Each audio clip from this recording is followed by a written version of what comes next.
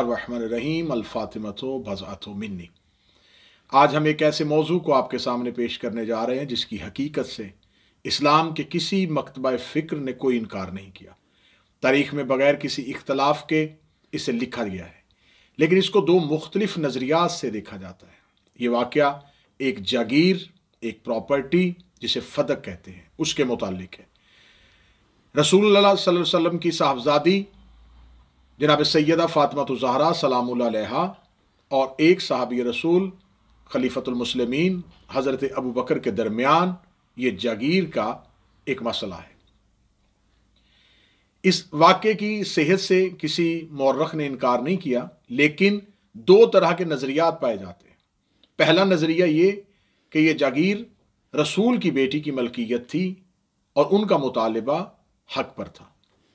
दूसरा नज़रिया यह है कि रसूल की एक हदीस के मुताबिक ये प्रॉपर्टी, ये जागीर उस दौर के मुसलमानों का हक थी और उम्मत का हक थी और खलीफतुल मुस्लिमीन का फैसला हक पर मबनी था। आज तक इस मौजू पर हज़ारों दलाइल, सैकड़ों किताबें, मुबाहसे, मुनाजरे हो चुके, लेकिन अभी तक उम्मत एक नज़रिया पर मुत्फिक ना हो सकी। इसकी मुख्तलिफ वजूहात हैं जो हम आज आपके सामने बयान करना चाहेंगे।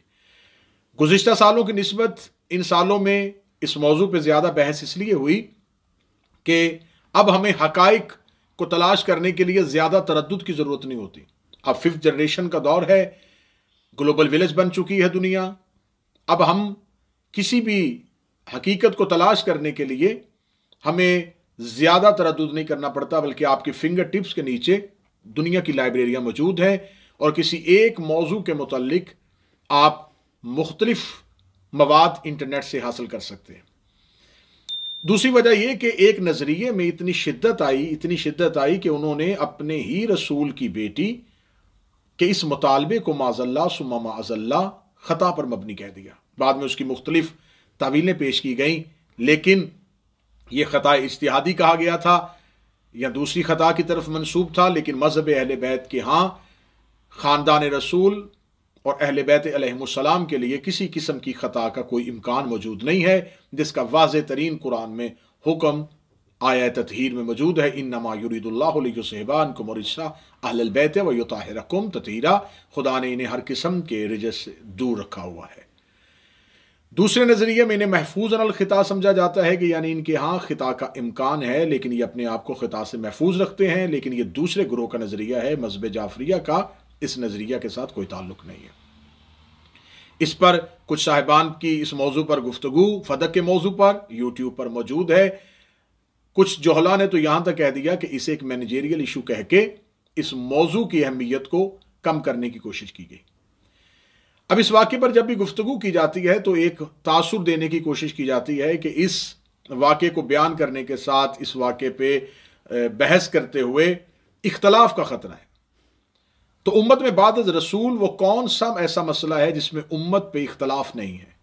नमाज के पढ़ने में इख्तलाफ, रोज़े के वक्त में इख्तलाफ, ज़कात के निसाब में इख्तलाफ, हज के अहकामात में इख्तलाफ। बाद रसूल उम्मत मोहम्मदी मुख्तलिफ नज़रियात का शिकार है।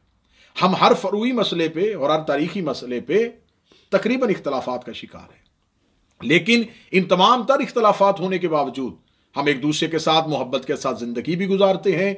हम एक दूसरे के साथ मुआशरती तौर पे बेहतर ज़िंदगी गुजार रहे हैं। जब इतने इख्तलाफात के होते हुए हम एक दूसरे के साथ मिल सकते हैं और एक दूसरे के साथ ज़िंदगी गुजार सकते हैं, तो फिर इस एक मौजू को ही इख्तलाफी क्यों समझा जाता है? तो क्या एक मस्जिद में नमाज अदा की जाती है? क्या हमने एक ही कुरान की तफसीर से मार्फत कुरान को हासिल कर रहे हैं? क्या हमारे यहाँ तमाम ही शरई मसाइल में इत्तेहाद है? तो अगर इख्तलाफ मौजूद है तो इल्मी इख्तलाफात बाहर सूरत कौम में मौजूद रहता है। हम भी चाहते हैं कि इस इख्तलाफ का हमेशा के लिए खात्मा हो, ताकि किसी एक मंतकी नतीजे तक पहुंचा जा सके। अब इसको दूसरा एक मरहला यह है कि इस मौजू को ज़्यादा इख्तलाफी इसलिए समझा जाता है कि जिन शख्सियात के मुताल्लिक ये मौजू है, मुसलमानों ने इन शख्सियात को भी तकसीम किया गया है। एक ग्रोह अहले बैत अलैहिमुस्सलाम से मोहब्बत और दूसरा ग्रोह उस ग्रोह की जिद में सहाबा से मोहब्बत का दावा करता है। और फिर वो कोशिश करता है कि अगर उधर से अहले बैत के फ़ज़ाइल बयान किए जाएं तो हम इधर से सहाबा इकराम के फ़ज़ाइल बयान किए जाएं, और वो माज़ल्लाह ایسے موقعوں کی تلاش میں رہتے ہیں کہ ہم اہل بیت کے ساتھ صحابہ کا موازنہ کرتے رہیں۔ اب ان کے ہاں صحابہ کرام کی فضیلت بیان کرنا ضروری سمجھا جاتا ہے، اور یقیناً جنہوں نے رسول کے ساتھ صحبت میں زندگی گزاری ہو ان کی فضیلت ہمیں بیان کی جائے۔ اگر اس موضوع کو کسی شخصیت کے معاملے میں کوئی تشویش ہے اور ان سے محبت کی وجہ سے، اگر کسی ایک شخصیت سے محبت کی وجہ سے آپ اس واقعے کو ڈسکس نہیں کرنا چاہتے، آپ اس موضوع پہ بات نہیں کرنا چاہتے، اور اس موضوع پہ بات کرتے ہوئے ایک عام تاثر جو پایا جاتا ہے، ایک عام مسلمان جو سب سے پہلا سوال کرتا ہے، وہ پہلا سوال یہ ہوتا ہے کہ ایک صحابی رسول جس نے نبی کے ساتھ ایک زندگی گزاری ہو، جس نے نبی کی صحبت میں وقت گزارا ہو، جنہوں نے نبی کے ساتھ محبت کی ہو، جو نبی کے ساتھ اتنے قریب رہے ہوں، وہ بعد از رسول ان کی صاحبزادی کے ساتھ ایسا سلوک کیسے کر سکتے ہیں؟ تو لہذا صاحب عقل ماننے کے لیے تیار نہیں ہے، ذہن ماننے کے لیے تیار نہیں ہے۔ یہ ایک شخصیت کے لیے آپ کے اگر ذہن میں یہ بات آتی ہے، تو دوسری طرف آپ اس کے بالکل برعکس ہیں۔ جب آپ کے سامنے ہی بیان کیا جاتا ہے کہ مربی رسالت مآب صلی اللہ علیہ وآلہ وسلم کے سگے چچا، رسالت مآب صلی اللہ علیہ وسلم کی تربیت کرنے والے، ان کو پالنے والے، اسلام کے لیے مختلف موقعوں پہ احسان کرنے والے، لیکن جب ان کی شخصیت کے متعلق بات کرتے ہوئے آپ سے کہا جاتا ہے کہ وہ حضرت ابو طالب مسلمان نہ تھے اور رسول کے کہنے کے باوجود معاذ اللہ انہوں نے آخری وقت میں کلمہ نہیں پڑھا، تو پھر آپ کا ذہن فوری طور پہ اسے تسلیم کیوں کر لیتا ہے؟ تو اس کا مطلب ہے کہ آپ کو شخصیات سے محبت ہے، جبکہ شخصیات سے محبت نہیں، ہمیں رسول سے محبت کرنی چاہیے، اور بعد از محبت رسول ہمیں معیار بنانا چاہیے اہل بیت کی محبت کو بھی اور صحابہ کی محبت کو۔ آپ اپنی مرضی کی شخصیات سے مرضی کے فیصلے کی توقع نہیں کر سکتے۔ ہمارے پاس معیار صرف رسول کی ذات ہے، رسول کی اطاعت، عزت اور احترام کا معیار ہمارے پاس عزت کا معیار ہے۔ پھر دوسری صورت کی اس موضوع پہ اگر ایسا اختلاف کا خطرہ ہے تو پھر یقیناً ہمیں آزادی کشمیر پہ بات نہیں کرنی چاہیے، کیونکہ ہمیں اس موضوع پہ بات کرتے ہوئے ہمیں اپنے پڑوسی ملک سے اختلاف کا خطرہ ہے، جبکہ ہم ایسا ہرگز نہیں چاہتے۔ ہم دنیا کے کونے کونے پر کشمیر کی آزادی کی بات کرتے ہیں، بلکہ اقوام متحدہ میں ہمارے ملک کے وزیر اعظم جناب عمران خان کی تقریر کو تمام مکتبہ فکر کے لوگوں نے سراہا، جہاں انہوں نے کشمیر کی حقوق کی بات کی۔ اگر ہم آج کے دور کی زندہ مثالیں دیں تو پھر زندہ مثال یہ ہے کہ عالمی دباؤ کے باوجود پاکستانی قوم بغیر خوف کے یہ بات امت مسلمہ کے سامنے اور عالمی برادری کے سامنے رکھ چکی ہے کہ ہم کسی صورت میں اسرائیل کو تسلیم کرنے کے لیے تیار نہیں ہیں۔ اس میں ہمیں سپر پاورز کے ساتھ اپنے تعلقات کو بھی ختم کرنا پڑا، ہمیں کچھ دیرینہ اپنے پرانے برادر اسلامی ممالک کے ساتھ اپنی دوستی خطرے میں ڈالنی پڑی، لیکن ہم اپنے موقف پہ قائم ہیں کہ ہم اسرائیل کو ہرگز تسلیم نہیں کرتے۔ اس کی وجہ کیا ہے معزز ناظرین و سامعین؟ کیا اس کی وجہ اسرائیل کا مذہب ہے؟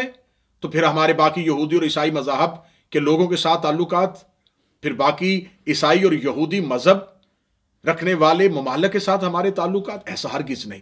ہمیں اسرائیل سے اس کے مذہب کی وجہ سے، ہمیں اسرائیل سے اختلاف ہے تو اس سوچ کی وجہ سے کہ اسرائیل نے فلسطین پر ناجائز قبضہ کیا ہوا ہے، اس نے فلسطین کو ناجائز طور پہ اس کا غاصب بنا ہوا ہے، تو لہٰذا ہم اسرائیل سے نفرت کرتے ہیں فلسطینیوں کے حقوق کی وجہ سے۔